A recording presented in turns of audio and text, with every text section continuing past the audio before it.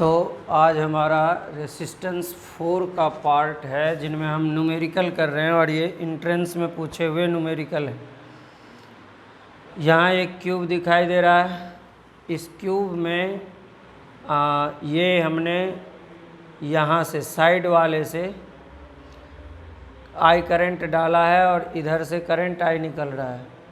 जो क्यूब का जो बॉटम पार्ट है यानी कि फर्श है उससे हमने करंट डाला है।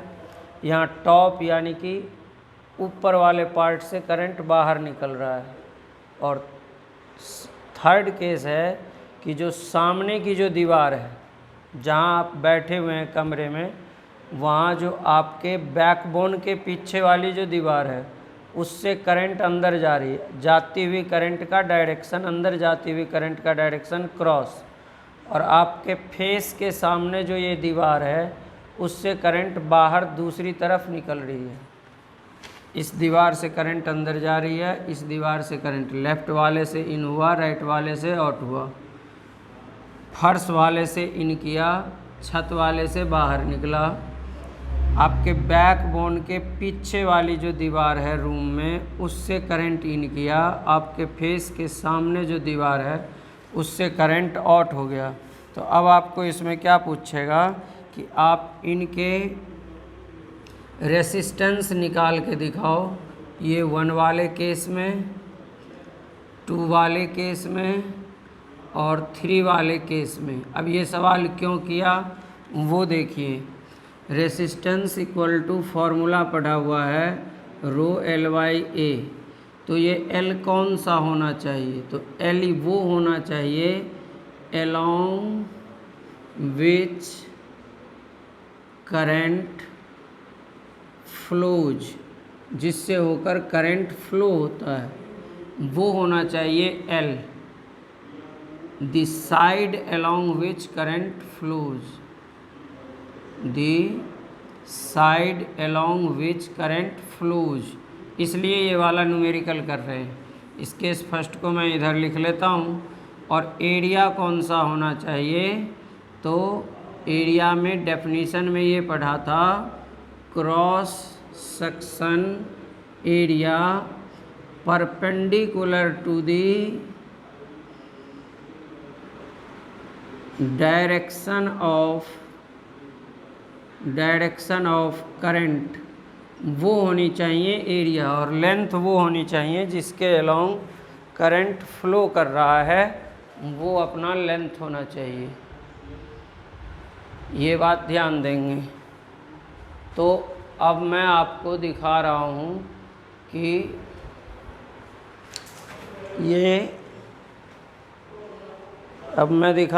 कि पहले केस में तो लेफ़्ट वाली दीवार ये रहा, राइट वाली दीवार ये रहे। यहाँ देखिए इसके डायमेंशन A लिया हुआ है। यूँ तो मैंने इसे क्यूब कहा है तो A equal to B equal to C होगा, पर हम इस पे फोकस नहीं करेंगे। ये A है, लेंथ ब्रेथ है C, हाइट है B। लेफ़्ट वाली दीवार से करंट पास आउट हो रही है और राइट वाले से निकल रहा है। तो अलोंग कौन सा हुआ? इस करंट के अलोंग कौन सी हुई? ये वाली। आपको पहचानना है कि लेंथ कौन सा अप्लाई होगा। जिसके अलोंग करंट जा रही है, इसके अलोंग करंट जा रही है, यानी लेंथ के लिए तो आप यहाँ पे L लगाएंगे, लेंथ इक्वल टू लगाएंगे A। और अब एरिया क्या लगाएंगे? जिस पे करंट परपेंडिकुलर है, तो करंट इस लेफ़्ट वाली पे और राइट वाली पे परपेंडिकुलर है। इसका एरिया निकालोगे तो इसका भी ये B है और ये वाला C है। तो एरिया क्या निकलेगा? B into C। ठीक इसी बात को समझने के लिए हमने ये सवाल लिया हुआ है। जिसके अलोंग करंट जा रहा है वो वाली लेंथ, और जिस एरिया पे परपेंडिकुलर, इस लेफ़्ट वाले पे करंट परपेंडिकुलर है, तो इसका एरिया होगा, वो होगा ये B और ये C, दोनों का मल्टीप्लाई B और C। अब ये R1 रेसिस्टेंस आपका हो जाएगा रो L बाई A। तो L क्या है? ये रहा L, ए क्या है, बी और सी। किस सेकंड में आओ,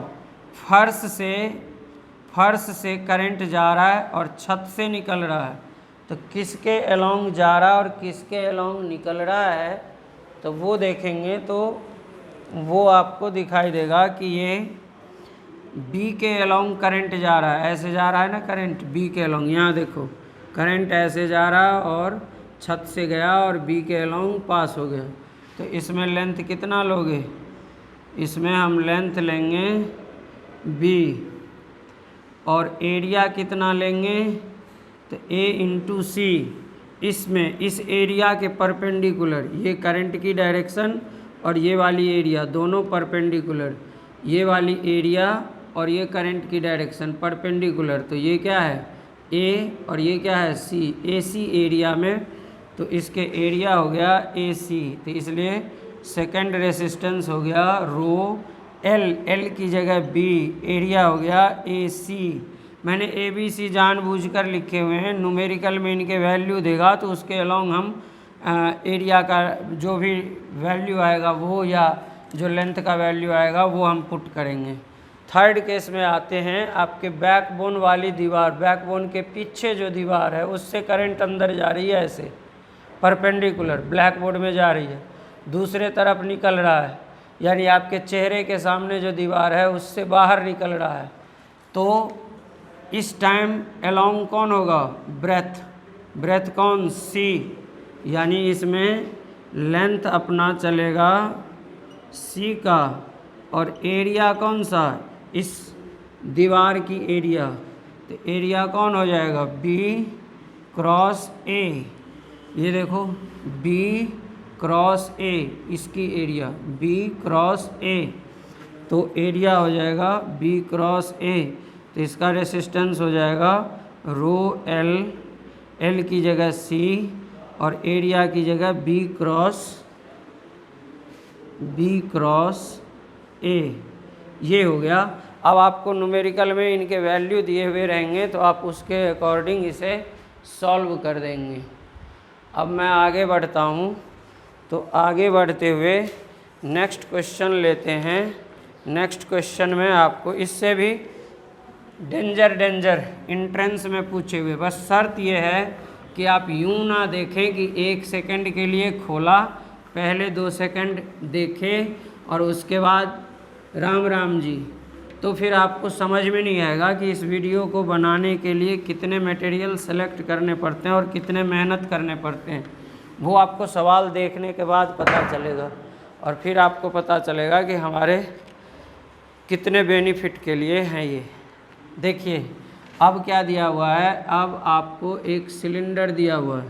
पहले मैं सवाल नोट कर लेता हूँ। सिलेंडर दिया हुआ है, इस सिलेंडर में यहाँ से करंट जा रहा है, थोड़े से सावधान रहना, बात को अच्छे से समझना तभी समझ में आएगा। यहाँ से करंट जा रहा है और मैं इस एरिया को थोड़े से फैला कर बताता हूँ। ये ऐसे बनाता हूँ फैलाकर, ये एरिया, यहाँ से करंट जा रहा है। अब यहाँ से क्यों कहा, कर्व्ड सरफेस एरिया से करंट जा रहा है, तो उसमें क्या कह रहा है कि इसके अंदर एक और सिलेंडर है, ऐसी, इस सिलेंडर के अंदर कोई करंट नहीं है, इसके अंदर कोई करंट नहीं है, नो करंट, जीरो करंट। इसके बाहर करंट है, तब आपको, अच्छा इसकी रेसिस्टिविटी रो है जो फिक्स्ड वैल्यू का है।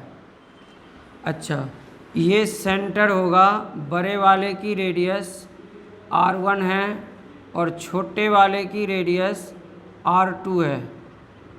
मैं यहाँ लिख देता हूँ, इनर रेडियस R2 है और आउटर रेडियस R1 है।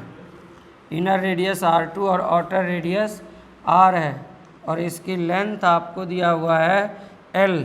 तो आपको क्या करना है कि इसके अंदर कितना रेसिस्टेंस होगा वो आप कैलकुलेट करके दिखाइए। ये सवाल हुआ। अब आइए मैं आपको समझाता हूँ। देखो, आपको क्लोज वाचिंग यहाँ पे रखना है, सिर्फ इसको देखना है। इसे मैं कहता हूँ फ्रंट व्यू। फ्रंट व्यू में देखिए, फ्रंट व्यू में आपको एक तो सिलेंडर का ये वाला एरिया, सर्कुलर एरिया ये दिखेगा ऐसा, गौर से देखो। उसके बाद ये छोटे वाला सिलेंडर, उसका एरिया दिखेगा ऐसा। अब एक बात पक्का है इस फिगर को देखकर कि इस छोटे वाले में कोई करंट नहीं है, इसके अंदर कोई करंट नहीं है, सिर्फ इन हिस्सों में करंट जा रहा है। इसे आप ऐसे भी समझ सकते हैं, हार्डवेयर के दुकानों में जाइए तो अब वहाँ सामान रखने के जगह कम होते हैं, तो बड़े पाइप के अंदर छोटा पाइप, उसके अंदर और एक छोटा पाइप, उसके अंदर और एक छोटा पाइप। तो ये छोटे पाइप में कोई करंट नहीं, बाहर हर जगह करंट ही करंट है। तो अब आपने क्या करना है, आपको इसका हमें एरिया का, ये देखो ये इसका सेंटर हो गया, तो ये सेंटर हुआ, तो इसकी रेडियस R1 बाहर वाला लिया हुआ है और अंदर वाला रेडियस हमने R2 लिया हुआ है। तो करंट सिर्फ इस एरिया में होगा, तो जिस एरिया में करंट होगा वो एरिया हो गया पाई R2 square minus R1 square. तो इसकी रेसिस्टेंस अगर हम निकालना चाहें तो वो रेसिस्टेंस हो जाएगा रो L बाई A, ये फॉर्मूला होता है। तो R इक्वल टू आ जाएगा रो L और A कितना आ गया, पाई R1 square minus R2 square. ये हो गया आपके रेसिस्टेंस का आंसर। बड़े पाइप के अंदर छोटी सी पाइप, उसमें कोई करंट नहीं, बाकी सब में करंट, और रो फिक्स दिया हुआ था। अभी हम वेरिएबल रो पे भी आएंगे, रेसिस्टिविटी हमारा वेरिएबल भी चलेगा, अभी देखते रहिए। अब मैं आपको और दिखाता हूँ, नेक्स्ट क्वेश्चन दिखाता हूँ, जिसमें दिखाता हूँ कि हम इसी में रेसिस्टिविटी को चेंज कर लेते हैं। देखते रहिए, इस सवाल को हटा देते हैं, यही सवाल होगा, उसमें हम रेसिस्टिविटी को चेंज कर लेंगे और तब आपको दिखाते हैं। और जो वैल्यू मैं अननोन ले रहा हूँ ये पेपर में दिया हुआ रहेगा, तो मुझे ज़्यादा सवाल करने पड़ते, इसलिए मैं सब में R1 R2 लिख लेता हूँ, ताकि आप सवाल देखकर वैल्यू डाल लेंगे। फॉर्मूला यही रहेगा, प्रोसेस यही रहेगा, आंसर उतना ही आएगा, उसमें कोई चेंजिंग नहीं। फिर से ये करंट, ये सिलेंडर है, इसके लेंथ L है, आउटर रेडियस R1 है, यहाँ सेंटर ले लेता हूँ। अंदर एक और सिलेंडर डाला हुआ है, इस सिलेंडर के अंदर कोई करंट नहीं है, अंदर वाले की इनर रेडियस R2 हो गया, ये वाला R2, ये पूरे R1, इसमें करंट I चलेगा, इसके अंदर करंट I चलेगा, और यहाँ पे आपका कोई करंट नहीं चलेगा, इन हिस्सों में कोई करंट नहीं है। मतलब फिर से वही, दुकान में जाओ हार्डवेयर में, बड़े पाइप के अंदर जो छोटा पाइप रखा हुआ होता है, उस छोटे वाले पाइप में, लो डायमीटर वाली पाइप में कोई करंट नहीं, लार्जर डायमीटर वाली पाइप में करंट है, और इसके लेंथ के अलोंग जा रही है करंट।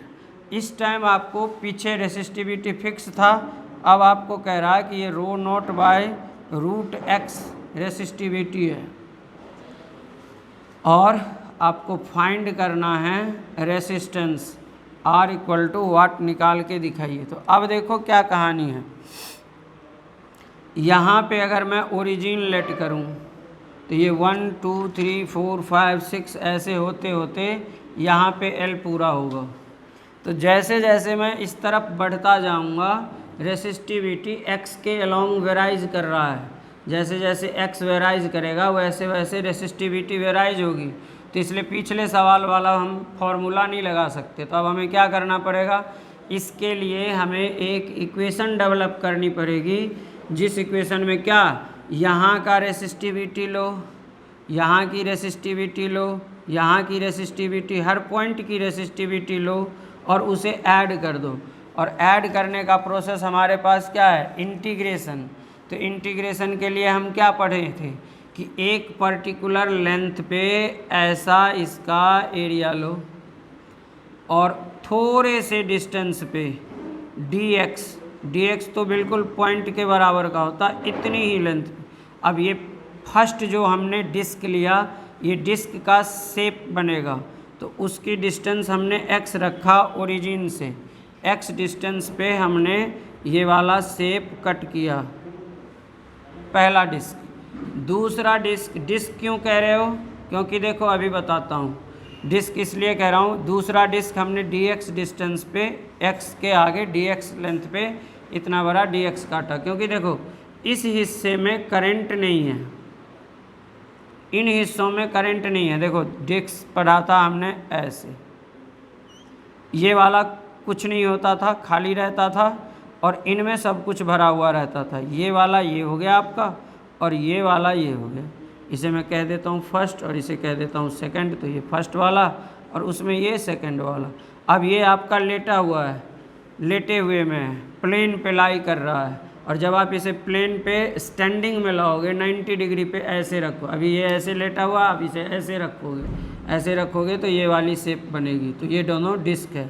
तो हमने x डिस्टेंस पे एक डिस्क कट किया और दूसरा dx बीच में गैप लेकर फिर कट किया।